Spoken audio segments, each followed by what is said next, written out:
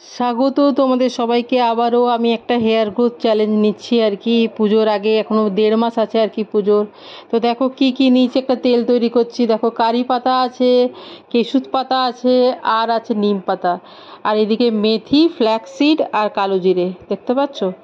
কেশুত পাতাটাও হালকা শুকিয়ে নিয়েছি, 2 দিন আগে নিয়ে এসেছি আমি। আর এই দেখো এদিকে লোহার কড়াইয়ে সর্ষের তেল দিলাম। সর্ষের তেল যতটা দিলাম, নারকেল তেল তার থেকে একটু পরিমাণে বেশি দেবো, ঠিক আছে? কারণ সর্ষের তেলটা খুব ঠিক তো পুরো, ওই জন্য নারকেল তেলটার পরিমাণে একটু বেশি।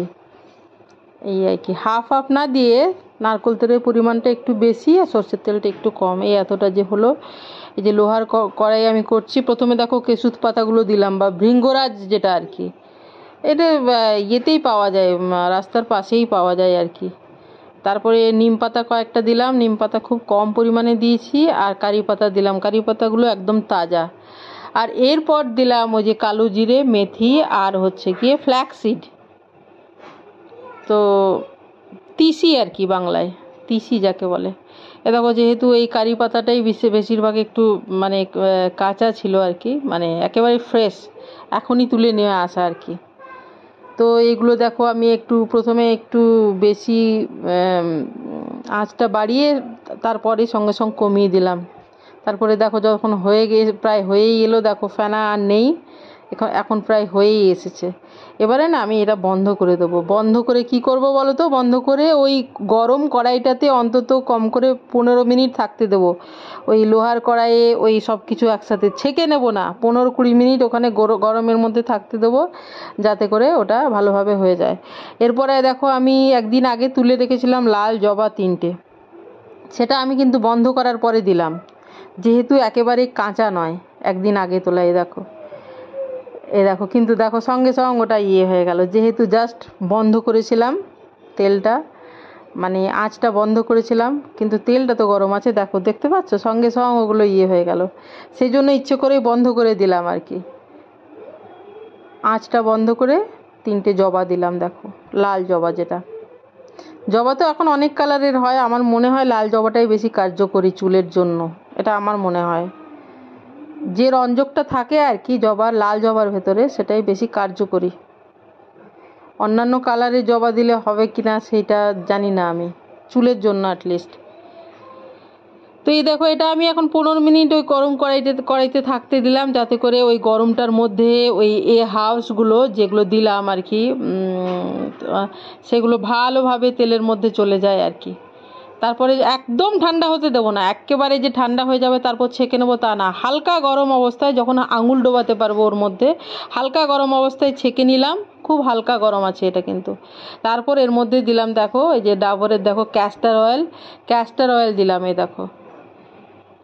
এবার ক্যাস্টার অয়েল দেওয়ার পর আমি আমার কাছে ভিটামিন ই ক্যাপসুল আছে, সেটা দিলাম আর কি। একটাই দিলাম, বেশি দিনে একটাই দিলাম। এবার দেখো এটা দিতেই না, এটা কি করলাম বলো তো, ওই সেফটি পিনে করে ফুটো করে নিয়ে আর ওর মধ্যে দিয়ে দিলাম।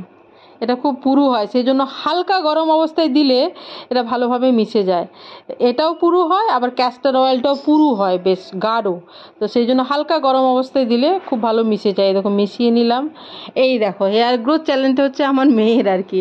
আমার মেয়ে খুব তাড়াতাড়ি চুল বাড়ে এমনিতেও, আর খুব কেটে দেয়, কারণ চুল বড় থাকলে ওদের স্কুলে না বেঁধে যেতে হয়। ও বাঁধতে চায় না, ও নিজেই বলবে যতটা খুশি কেটে দাও মা, যতটা খুশি কেটে দাও মা। তো আজকে যে আগস্টের 24 তারিখ, এখনও প্রায় 1.5 মাস মতো আছে পুজোর। তো তোমাদের সামনেই দেখতে পাবে, সপ্তাহে একদিন করে এই তেলটা আমি ওর মাথায় দেওয়ার চেষ্টা করব, সপ্তাহে একদিন করে দেবই আর কি। দেখবে কেমন হেয়ার গ্রোথ হয়, তোমাদের চোখের সামনেই হবে।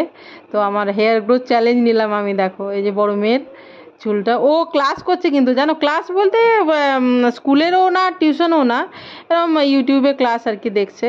কেমিস্ট্রি দেখছে মনে হয়, না কোন সাবজেক্টের বলতে পারছি না। ওর কানে দেখো ওই দিকের ডান দিকের কানে একটা দেওয়া আছে হেডফোন।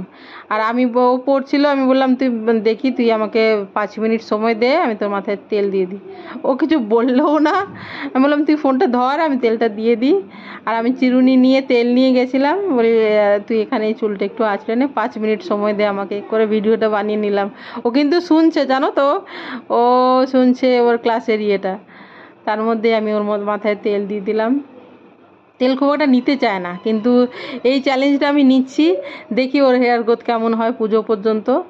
এই আর কি, দেখো একদম কেটে দিয়েছে, পেছনটা আরও বেশি কেটে দিয়েছে যাতে করে চুল বাঁধতে না হয়, মানে ও চুল কিছুতেই বাঁধবে না জানো তো। আর আমার মাথায় বা আমার দুই মেয়ের মাথায় চুল কিন্তু তা খুব ফাস্ট গ্রোথ হয়, তাড়াতাড়ি বেড়ে যায়। তবুও এটা তোমরাও করে দেখতে পারো, জিনিসটা কিন্তু খারাপ না, মানে করতে পারলে কিন্তু খুবই ভালো, সত্যিই খুব ভালো। এই আর কি, তাছাড়াও তোমাদের চোখের সামনেই দেখতে পাবে ওর হেয়ার গ্রোথটা। আমি প্রত্যেক শনিবার করে ওর মানে চুলে তেল দিয়ে দেবো, আর রবিবারে হয়তো শ্যাম্পু দেবে আর কি, এই আর কি। তো এই যে দেখো, আর একে যখন আমার বড় মেয়েকে যখন আমি করে দিলাম, তখন আমার ছোটো মেয়ে বলছে আমাকে করে দাও প্লিজ মাম। তো ওকে আবার করে দিলাম, মানে কারণ এটাতে এমনই কিছু নেই যে বাচ্চারা লাগাতে পারবে না, এই আর কি।